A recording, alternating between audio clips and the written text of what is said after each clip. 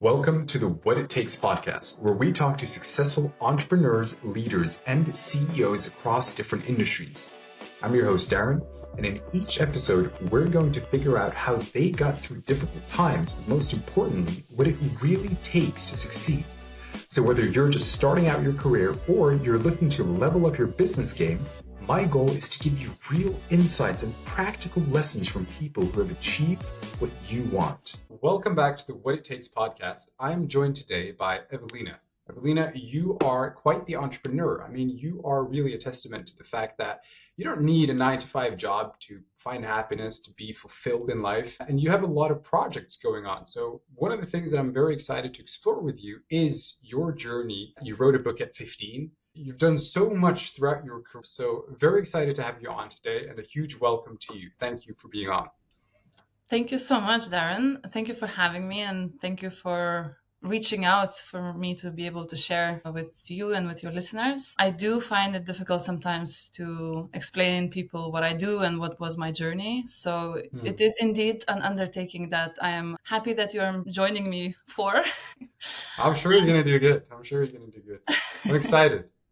Me too, actually. Well, talk to me a little bit about what you do today, because you have a few projects going on. You mentioned you had the cards that you were launching as well, but give the audience a little bit of an overview in terms of what it is that you're currently working on. Yeah, for sure. Currently, I have a job where I teach in university and I teach intercultural communication and leadership. Mm-hmm. And next semester, I'm going to start teaching photojournalism course. Okay. I also work with refugees or people who are displaced from Ukraine, providing them a psychosocial support through Red Cross, Dutch Red Cross. I'm also a photographer, event organizer, content creator. And yeah, I just recently wrote a book, which is methodology book for the cards that are surrounded or that are to bring conversation when it comes to empathic leadership and authenticity. Amazing. And so you're doing quite a lot now, but let's circle back to the beginning of your life, right? Where did you grow up? How did you get started with up until the point where you wrote your first book? I was born in Lithuania, which at that point was occupied by the Soviet Union. So I was born in Republic of Lithuania of Soviet Union. And I think we got independent when I was 8. Or 7 or 8. And yeah, I was very lucky to have parents who pushed me through all possible and not possible education joys that I didn't take it as joys at that point. So, like to the level where I was learning 4 languages from grade. And then it also felt like it was not enough because I wanted to express myself. So I started writing poetry, and the book that you're mentioning, it's technically not the book I wrote. I'm part of the book that was published as compilation of poetry of people in my town, young people in my town.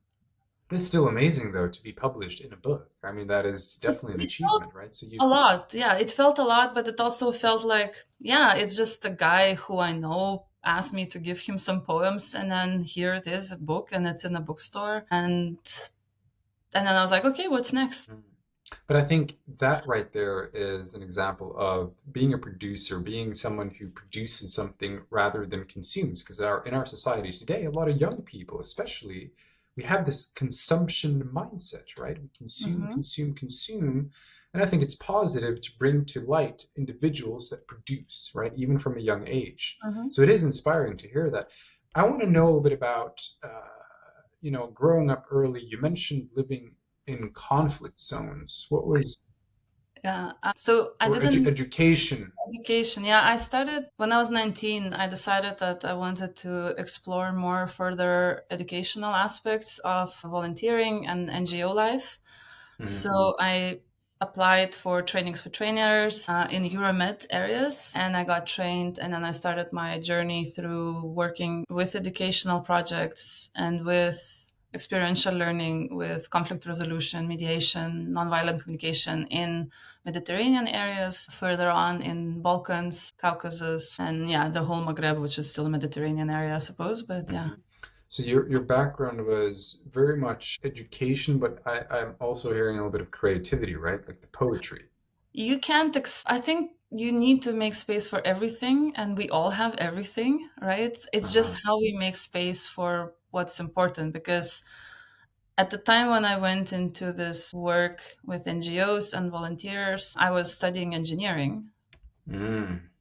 And that was also something I needed to make space for. And so that's also like, I think now probably it sounds very erratic and very complex. It didn't feel like that at the time. It was like, yeah, well, I just fly to Morocco, I do this, and I come back, and then I take my exams for, fluid mechanics, and it's fine. And talk to me a little bit about what was your passion? What was your motivation? What drove you to explore all these different things? Curiosity, I think, is the main thing. I'm very passionate about history and learning about people and learning from their stories. And I think I didn't look at it as work. Like, it Yeah. didn't feel like it was a job. Like, and also, like, it's how you define what's job and what's work, and how does that find space in your life. And it wasn't a work like we would like go to the office, right? It was just I fly there, I spend 10 days, 2 weeks. We learn, I hold space for learning. We also eat together, we sleep in the same space, we do things together. So it kind of life just intertwines Yeah. with the process. And that's how you also learn so deeply, because you're so close to people and you allow to be seen in the most authentic way, right? Like that's where the learning happens, when you are Yeah. seen, but when you're also able to ask questions and explore yourself, right? Mm. Mm. So it's really, it's how you felt connected to what it is that you were doing. You're mentioning that it wasn't work, it was just fun. It was the things that you were doing were fun, and that's Yeah, it was fun, but it was also, let's not forget, I was like 19, 20. Like, I was not, like, we were all same age, mm. essentially. Sometimes I also had groups where people were older than me, and then they would be like, what are you doing here? Yeah, yeah, yeah. I can relate to that. Working with older people and Right? having those there. So, but yeah, you were doing a lot of different things already from a young age. And, if you had to define or, summarize your career so far, how would you describe it? How would you call your, because it's not the, I get the impression that it hasn't been the traditional, you haven't had the traditional 9 to 5 your whole life. You've always done something more creative. You've pursued other areas, you know, and Hmm. was this planned? Did you ever, going back to when you were young, did you think I'm going to do this and just do this for the rest of my life? Or were you more like, no, you know what? I'm going to just follow my dream, I want to do this and this and this. How was it for you? Well, first of all, it's a very big question, because first of all, I'm already tripping on like description of career, because it doesn't feel, and it never felt like I had a career. Mm, I had like, and I still do have a lot of experiences that sort of weave into, now I know what I'm doing in some areas, yeah. but I think not having that pressure from myself, not just like, I Mm, had other pressures from everywhere else, to say like, you know what, I don't necessarily need to climb certain ladders, I don't need mm, to shatter the ceiling, like I don't need to do certain things, because I'm just gonna come and like look what works. What do I enjoy this? Does this make sense? Can I help someone with doing this? mm, And ultimately following curiosity. Ultimately, because it also like, I think, is it Søren Kierkegaard said that life only makes sense in retrospect. mm, Um, yeah. so it's very easy for me to say like, oh yeah, of course I was following my dreams. I was really not following my dreams. I was really following my curiosity, Yeah. my inspiration, also the thought like, well, I've never been to Eastern Turkey. Why not? Like, you know, Let's explore it. yeah. So it And I was a think it's also, curiosity. sorry, like, yeah, it was also truly ignorance on my part that someone who looks like this can do what I did. What do you mean by that? Someone who looks like, Um, like, white girl from Eastern Europe to go to Africa mm, to teach something, right? Like to go to what? Eastern Turkey, and to arrive and to say like, well, teach me, like show me what to do, like in a way, right? Also, as I was teaching them, they were teaching me. Mm. Were there Like any even just with challenges? hijab, how to explore different cultural norms, how to travel in a certain way in certain places where bus Yeah. comes once a day, maybe, you know. And what did teaching give you? What feeling did you get after teaching or from teaching? What inspired you to do that? Was it also curiosity or was it something else? Definitely curiosity, and I think teaching is a circle, right? Like you're being taught by teaching, and it's also holding space for vulnerability. It's also Mm, being there for people to, it's kind of holding their hand as they're embarking on a journey that is in front of them and they don't know what's behind the other door, or what's behind your heart, even, what behind the mm, things that you feel, and how to make sense of that, especially when it mm, comes to difficult situations with realities that are very, very hard. That's also important to remember the context. Why am I there? Why are they there? What can we do? How does the world change? How does it not change after all the work that I did I make any impact? I mm. don't know. Yeah, I really love what you said there as well. Like teaching is a circle. Can you elaborate a little bit more on that? Well, I also base my education processes on experiential learning and on Mm, lifelong learning.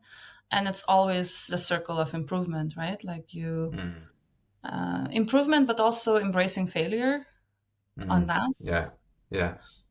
And I think it's so important also to talk about it and to talk about harder things in life and also how we fail, not because we do learn, but we also, in order to learn, you also have to unlearn certain things to make space for new Yeah. learning, right? True, true. You have to reframe your mind, right? Like Mm. you learn something, and then what you thought to be true, now you get new information, and it's how do biases affect that, do you think, generally in people? I mean, we all have biases, right? Conscious and unconscious. And bias is innate, and it's something that we cannot not have, essentially, especially when it comes to unconscious. Mm, But it's something that if we work towards awareness, and I think if we work towards always forgetting, not forgetting to question, because I think any thoughts, because you can have thoughts, you can have feelings, you can have emotions, everything can come up. But if you act on that without questioning, then that's mm, the danger, right? Like mm, I always mm, invite my students also to say, like, is it true? How do you know this is to be true? mm, And it can be true, it can be not true, and it also depends on the context, right? So it's a lot of complexity in there, but I think it's taking time and pausing with every confirmed thought, right? Like, is it mm. really true? Yeah, I had a guest on actually. It was one of my first guests on the podcast, and I asked him a question regarding how you could find truth in a world that is so full of misinformation, right? And I Mm, think this is such an important topic to touch upon because, like, a lot of people today, and this is probably, you come across this, you talk to your students, you ask them, is this true, right? Uh, a lot of people will read something and just believe it, and they form an mhm. opinion on that, but they're not critical to the objective truth, right? So, like, asking you then, how do you find truth in things, in life, in media? How do you come to the source? I think for me, always to go out, you need to go in. So I Mm, think I always checking in with my gut feeling. I always check in with, does this feel right in that part of you? And I'm not saying about objective realities, but it's about making decisions. Well, does this feel right to me? And also mm, allowing that space where allowing space to change your mind and being mm. gracious about it with yourself, right? To make that conscious I decision that we all can fail. Yeah. I can understand what you're saying because when you say ask your gut feeling, essentially how I understand that is you're also referring to your morals, your values, right? So for example, something in the world could happen, right? Where a man, let's just for instance say a man gets his head chopped off, Mm. right? And you have one group of people believe that is the right thing because but the objective truth is the guy's head got chopped up, and I'm sorry if it's That's a vulgar. I know it was a very vulgar example here, but it is first thing.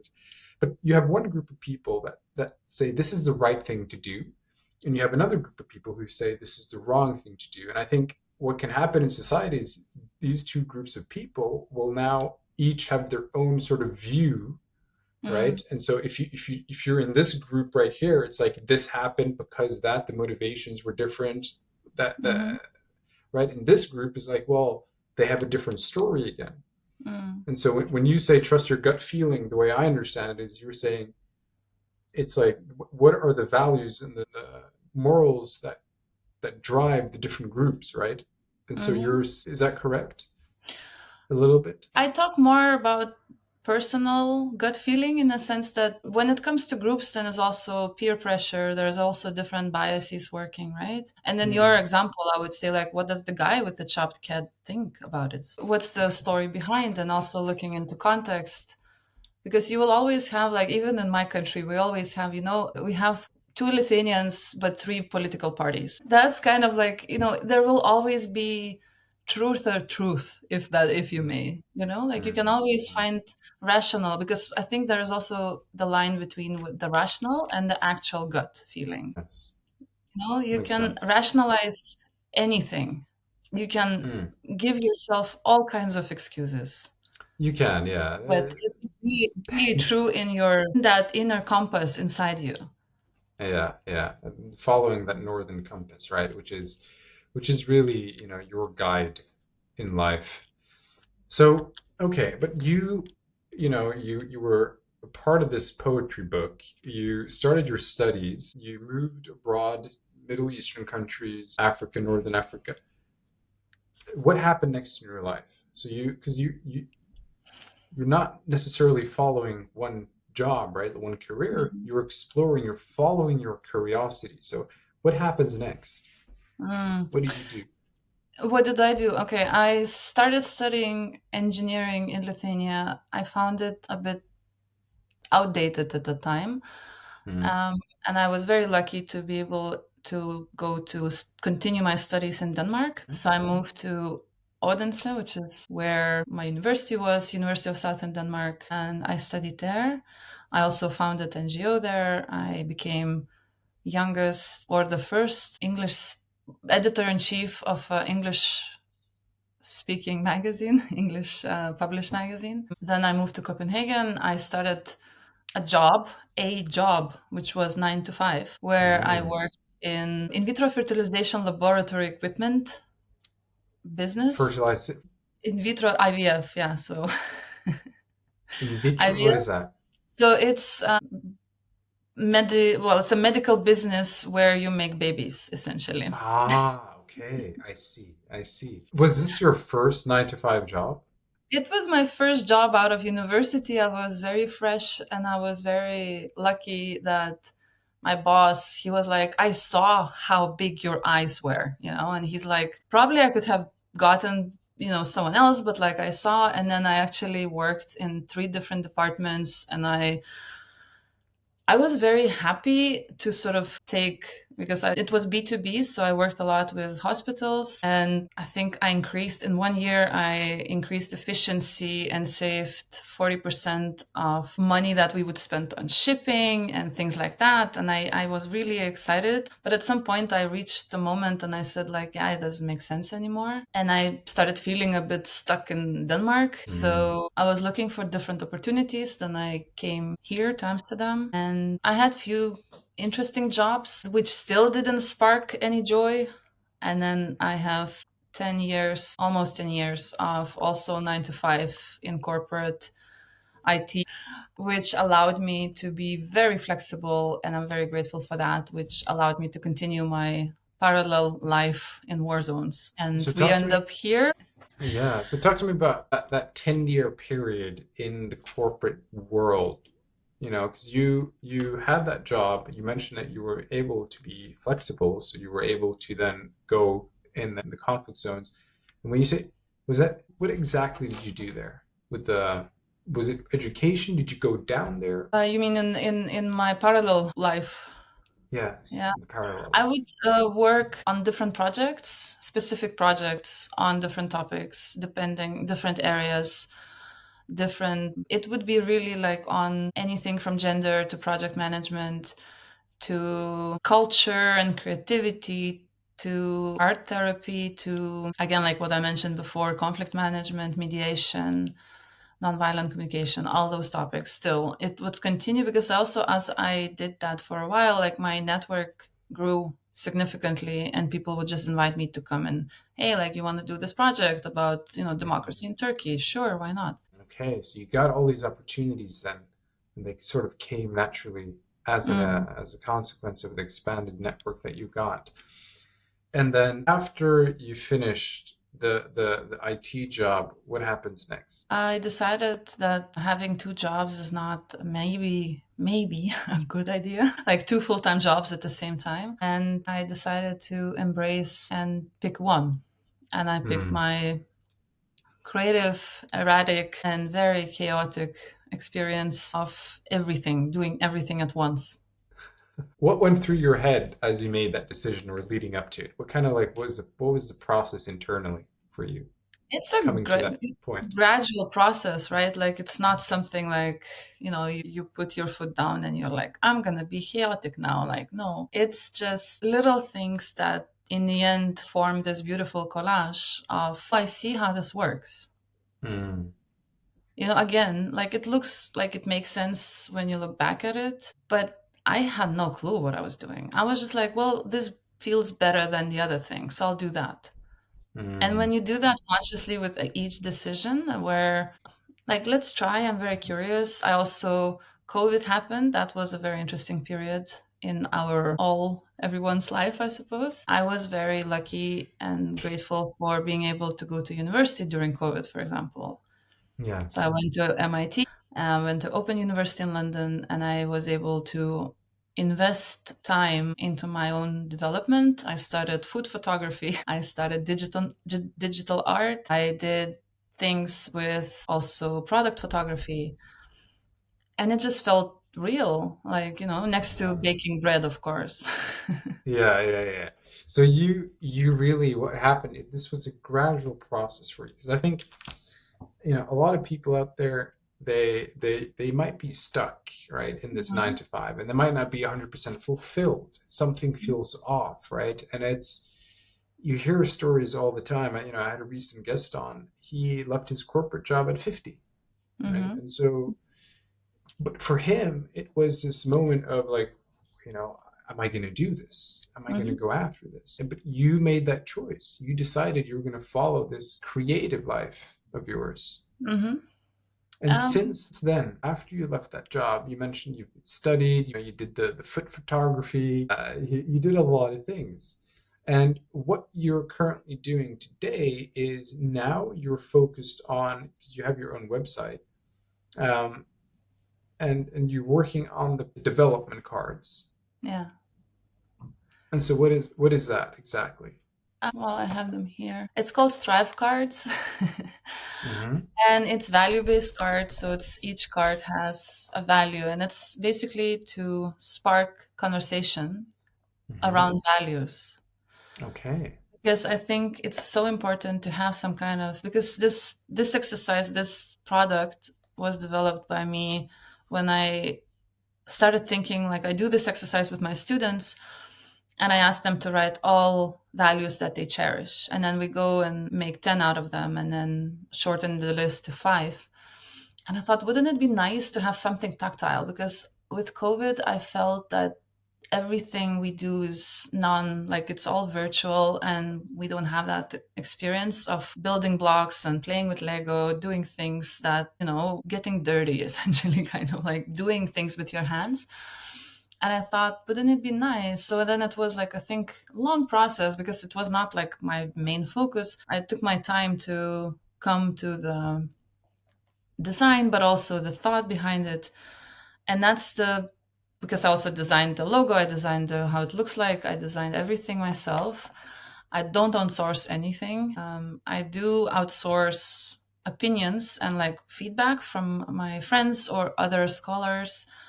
And when I developed the cards, I thought, oh, but I'm not going to be there. I need to scale this. Like every time someone Mm. buys the cards, I'm not going to send them a long email saying like, this is how you use it. So I thought, no, I can't send that email in the shape of a book. And that's how I decided to write the methodology book. And that's where it is now. Like I did some soft launch type pop-up things. So I'm still gathering sort of feedback, but people can already go on my website and they can sign up to be informed about the process and progress. Incredible. And so the values that, because the purpose is to spark conversation around values, right? What values do you think are important in general? In which context? Let's say for someone who wants to, for the advancement of civilization, what values are going to be important? That's a big one, huh? Uh-huh. I think awareness, self awareness, empathy, and kindness. Like, if I would say like core things, and of course, you have love and health, and you have things that are innately human, right? But in order for us to evolve in a kind, compassionate way, I think empathy and self awareness, because all of us, we would, well, I don't know, but if, I'm not predicting, but if I would phrase it as a question, if each of us globally would spend at least 5 to 10 minutes looking inside and Mm, reflecting on things that bring you anger, that mm, bring you dissatisfaction, that bring you some kind of negative feelings, and if you would take a moment just to, breathe and look into yourself without, like, before you dive into the comment section and start typing ferociously, wouldn't life be a little bit better? Wouldn't yeah. that bring us to society that actually thinks because before they speak? Where you would say like, oh, that's an interesting opinion. I think differently. Let's talk about it. It's also how Mm, you frame every conversation, right? It's mhm, also like they were not so nice to me. Maybe they're having a bad day. Maybe mm, something is wrong in their life and it's not personal attack towards me, mm, right? Like all these little moments when we go, and then what values do we bring with us? And I would say that these are the values that could mm, be helpful. mhm. Self-awareness, empathy, and kindness was it? Yeah. Yeah. I can really relate to the self-awareness one and the empathy one because those are two self-awareness I've always had, but empathy I lacked when I was younger. And Hmm. as I grew up, I developed this more and more and more. And it's incredible how much deeper my relationships got after I started to focus more on empathy, Hmm.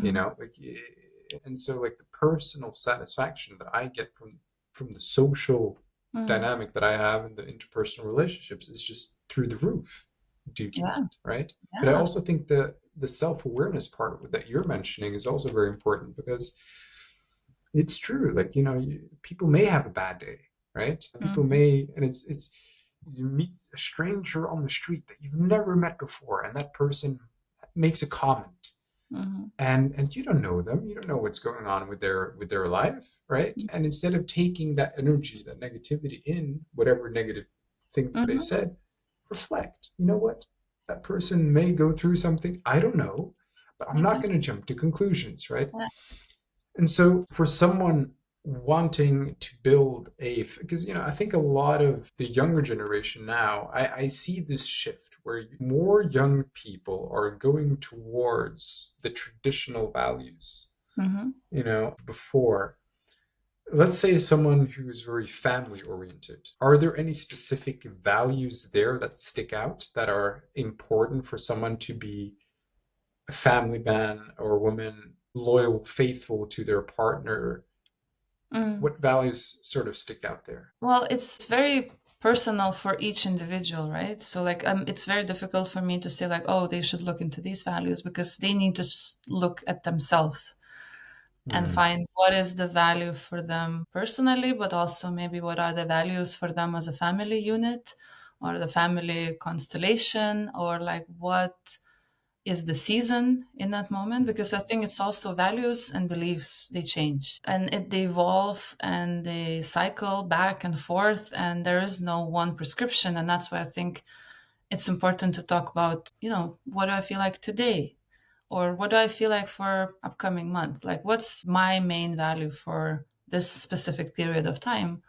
Because you can't really foresee, like, in values, like, of course, again, love, health, these are sort of more core, stable aspects that we all strive towards. But when it comes to specifics and young people looking for themselves or how to see themselves in the lives that they're creating, it's really invitation to go and to sit with that, to feel in the gut where what comes up or what triggers, right? Like, why is specific other thing is not resonating with me, even though the world is telling me that it is so important. So there is no one specific value that really sticks out for someone who wants to have a family, other than that the fact that it should be it's a personal journey, is what you're saying. It's Absolutely. something that Yeah. is very individual.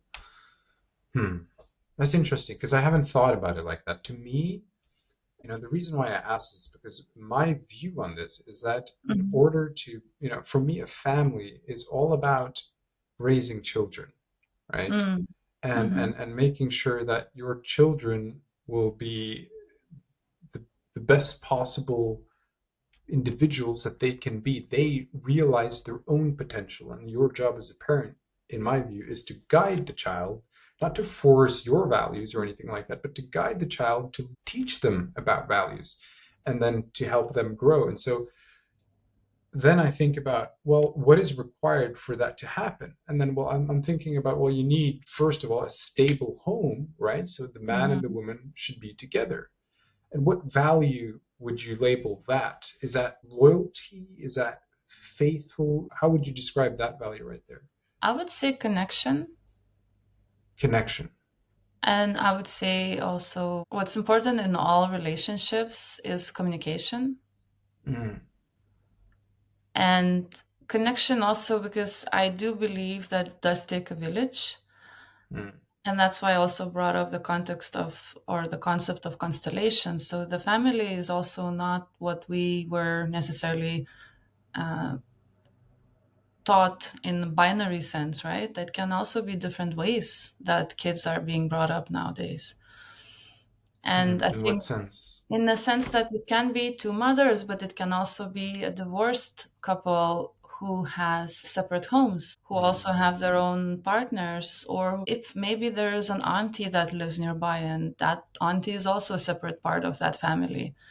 It yes. can be very many different ways that things or family looks like or could look like that makes sense for that specific family, Mm, right? I really am all for like being able to create your own rules and your own perspective, what makes sense and what mm, is your truth, and bring that for the mm. kids. But if you So have connection and if you have communication, everything is possible, I think.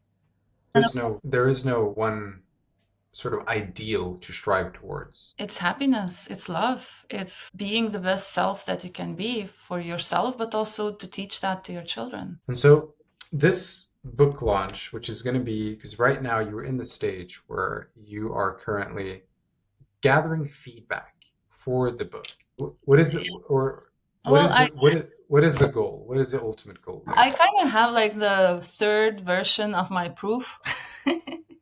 Looks good. And it's just basically deciding like which font fits the best and like how big it should be. And it's like the final details. And what's the vision then? What's your plan with this and moving forward? Do you have like a certain direction that you want to go into, or how does that look? I'm in a stage where I wrote the book and I just want to forget about it and move on. So you're not like, I want to sell 1,000 or 10,000 copies or 100,000. It's just, I wrote this. People who like it can buy it. I don't care. I'm gonna move on. I feel like I'm not in a business to bully people into buying anything unless they want to. I do I did come to this moment where I was like, why did I do this? Because everything I do is all more like a sparkle of joy, that moment and curiosity, and it's amazing. And it's also a little bit of torture because you are standing and staring at abyss of things you don't know, right? It's amazing. I Yeah, love that feeling because it's like if your dreams don't scare you, they're not big enough, right? Like that's yeah, yeah, mentality. yeah. And when I realize with every book that I write is that I actually enjoy and savor the process of writing and that struggle, the strive, pun intended. And then I just want to, it's like raising children, probably. It's like letting them out into the world and seeing how they come back, like, like, or how other people come back to me through that. Mm. So that's basically for now. That's why I'm kind of tipping slowly into like soft launching, and I don't do big things. I don't do fireworks, and I talk about it because I think it's important topics to talk about. My other book that I wrote 10 years ago is about sense of belonging and finding your true heart. And I think that's important topics, and they're more universal topics, right? So Mm. it's something that always comes back in different shape or form for me, and also in the output. But I don't have a massive plan. It's going to be available globally on Amazon and on my website, of course. Amazing. Well, I really love the idea behind your book because I think today values are so important. And I meet a lot of people who just they don't know their values, right? They don't know what drives them. They don't know where they are. And I think, being able to understand this makes such a big difference in how someone feels, but the knowing who you are. It's like this is who I am. This is what I believe in. And yes, it can change, right? Like you're saying. But at least you know where you are in the world, and what's important to you. So I'm very interested in checking out your book. Thank Actually, you. this is really really exciting. So then, but after you finish like the book is launched, what's going to happen next for you? Obviously, you're going to keep teaching.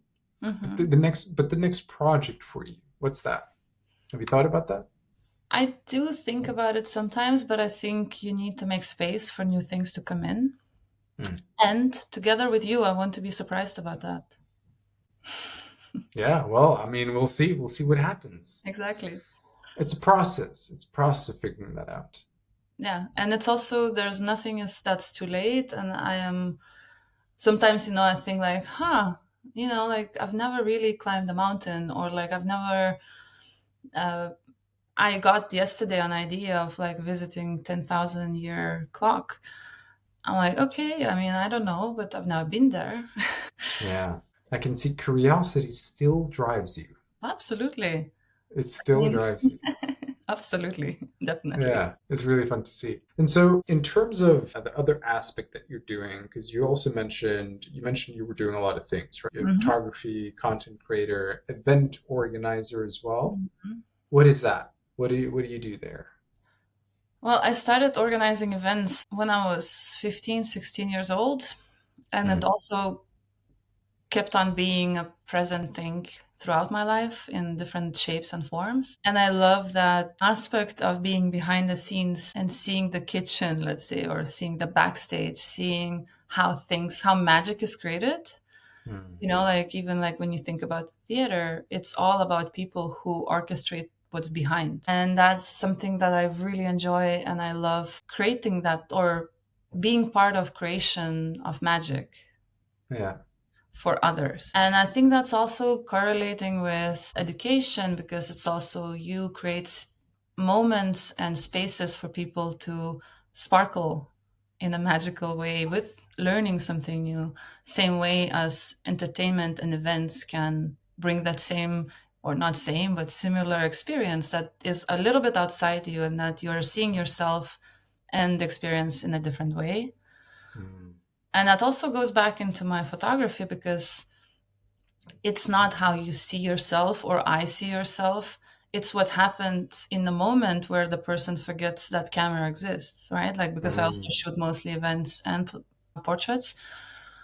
And that joy in people when they see the finished product, when they see the photo, that they're like, I didn't think that I am like this. And I'm like, yes, and you're so much more. So events for me is opportunity to do that, but also to create space for artists to grow, to evolve, to challenge them in good ways, to create that safe space to be challenged. And I think there's so much value in that, in also being together, the synergy of the performers with the audience and interaction and all those beautiful things. It becomes very authentic when Mm-hmm. you are able to capture those moments. It's something that I see as well in personal photography. When I take photos of friends, I Mm-hmm. try not to do it too posed. I want to Oh, capture yeah, them for sure. as they're doing something, right? And you get that.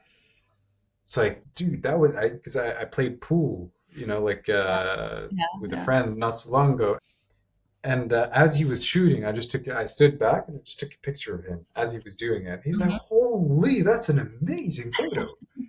And I was like, "Yeah, you're just in the moment, right?" Yeah, yeah. And so this is really what you enjoy capturing, those in the moment Mm-hmm. and creating that. Because that's all we are. We are just people in the moment. And it's not about perfection, it's about authenticity and ability also to see, like, oh, maybe I'm someone else. Maybe I'm somehow else, right? Like, I always Mm, like to say that we are not human beings, we are human becomings. And mm, yet we're only present right now and right here. mhm. Are you into spirituality? I dabble. I have some kind of hide and seek maybe game with spirituality. I find that all teachings that I did, like Buddhism, all different schools of different world parts, in the end, they talk about the same thing.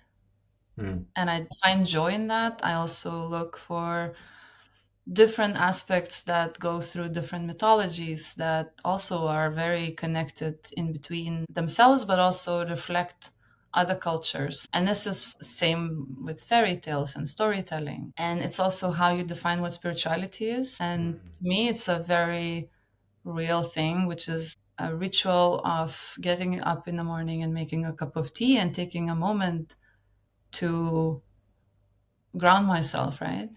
mm. So spirituality for me is not something that's very far away and unachievable, like Buddha on the mountain kind of thing. It's more about like what can I find inside myself that also is talked about famous thinkers or spiritual leaders, you know? Does that make sense? Yeah, no, I get it. What about faith? Do you believe there is a higher power? Is That there would a be, yeah. Like, I think I always think that if it would be a very sad life if we would not think there is a higher power, right? Like, we are just here uh, playing in this sandbox, not sure what we are doing, and that's all there is, you know? yeah, yeah. Is there one God? Is there multiple gods? How does that work? I don't know. I mean, personally, What's your belief? Because really, it is a belief. I believe that it's a very good question, actually, because I think about it sometimes, but it's also that's something that's changing sometimes. I went to Catholic school and I don't believe that God is that old man on the edge of the cloud, Mm, although I've been told to believe that. mm, I've traveled the world and visited a lot of homes for prayer, and I do believe that faith and religion are two different things, and God is the third thing in that. mm. How would Um, you how would you distinguish those three things? well, Faith, religion, and God. religion is a structure. So, religion is a way to control specific society, to suggest different rules and ways of behavior, right? Mm, Faith is something that you have in you and you are mm, responsible for to hold there and to, that's then goes to God, like depending on like what it is. But I think we are struggling a lot to find God without the face, like mm, believe that nature is God, to believe that being present is God. mm, I don't know. I mean, it's always something else maybe. For someone who is fighting for their life, every moment is maybe God, right? mm, It can be so many different things and how we interpret it. It's complex and complicated, but in the end I think it's also simple because it's just what is in your belief in that moment. But you mentioned religion is a construct that aims to control society and the rules, right? Why do you believe that? Mostly looking at how it's been used over the years. And I think it also depends on like how you perceive religion, in a sense that when I say religion, I mostly believe in these monotheistic structured religions that currently are very prevalently showing clashes. When you go back also in history, like people killed in the name of religion and God, and that was very destructive, and it still is. So it's not so much control, but it's maybe, I don't know if I'm picking the right words. It's to provide the structure, because if people don't have structure, then there's more possibility for chaos Mm. from the point of view of people in power, right? I mean, I asked because I'm very interested. I am just curious, similar Me to too, you. me too. I'm learning with you. I'm also thinking with you. Like I was not prepared for this, to be honest. Yeah, me neither. Me neither. It's very fascinating though, because I've also had thoughts about Mhm. religion, right? Like, where does it come from? How come there are so many different religions out there, right? When you talk to someone Mhm. who is Christian, or so many different religions, most, they all have a separate story in a sense, and there are some intertwined, but there is still a difference there. And so to me, I always wonder, who is Jesus? And I have not done the research, but I've been told that Jesus was a real person walking Mhm. this earth, right? I don't know. I haven't looked into I'm getting it from credible sources. So to me, it's like, okay, well, yeah. But then the question is God, right? And the story behind that, and there is so much to go in there. And I think faith and religion and belief, I think these are becoming more and more prevalent in West, at least from what I've seen. And so Mhm. that's why I thought, it's interesting to explore this, because I know that I have friends, I know there are, listeners as well. Just in general, people are becoming more aware of that faith, because there was this dip, especially in Norway, at least where I'm Mhm. from. Mhm. We saw members in the Christian church just went down, down, down, down. But now the younger generation is slightly picking up Mhm. more on that faith aspect. Yeah. Where is this coming from? Why is that? What is this relationship that they're seeking? Mhm. You know? Yeah, for sure. So it's a very interesting topic to go into. And I think it's a cycle, right? Like it goes up and down, and in dire times people do want something to hold on to. When Hmm. everything is so scary and when your social media feed is so full of horrible things, you want some safe harbor maybe to have that you can sit with and be Hmm. like, oh, at least one thing is clear, or Hmm. one thing that has rules that are clear to me, makes sense to me, and I want to. And it's also going back through history since the beginning of time, right? Like it's always cycles, it's always the waves, right? Like it's always something, and you always look for ways to be okay with it and you in it. And so, Evelina, right now you have the teaching role. You mentioned you're not 100% sure what's going to happen next. I think for someone who is inspired by this, right, who thinks, because you do have that stable income from the teaching, I assume, Hmm. right? So you have that, but you're also giving yourself this opportunity to explore the creative side. And I think for a lot of people, that sounds like, hey, it's possible. I can do that too. Yeah. What would you tell someone like that who kind of can relate a little bit to Just what do you it. do, and Just do just it. do it. Just do it.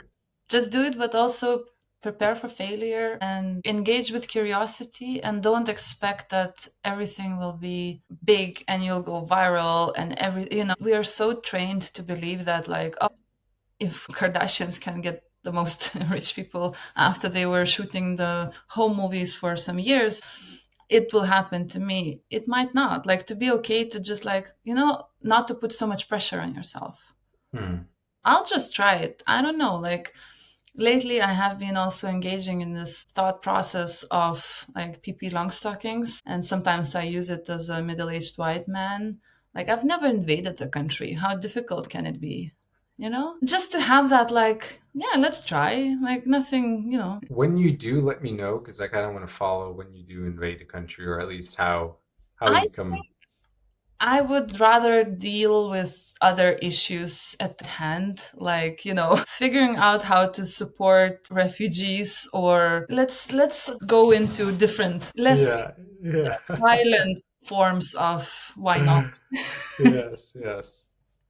That is very true. I think just do it is such a it's like just don't think about the consequences, but also well think about it, but have fun with it is what I'm hearing, right? Like enjoy it is what you're Enjoy saying it. essentially. Just do it and enjoy it. Don't have these massive expectations Yeah. that you're going to become a multimillionaire.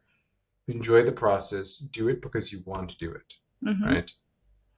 Yeah, and one more thing for performing arts, for example, always prepare Hmm. and practice. Like if it's Hmm. something with performance art, prepare and practice. Amazing. Lena, thank you so much. It was a Thank pleasure talking you. to you. It Thank was you. a Same. pleasure exploring your journey and very excited to go further into the value cards, the personal development cards. Yeah, Where can people find you, by the way? it's on my website, kvartunaite.com. I'm sure we can put the link in the notes. Yeah, we'll definitely link it. Yeah. Awesome. All Thank you right. so much. Thank you. Take care. You too.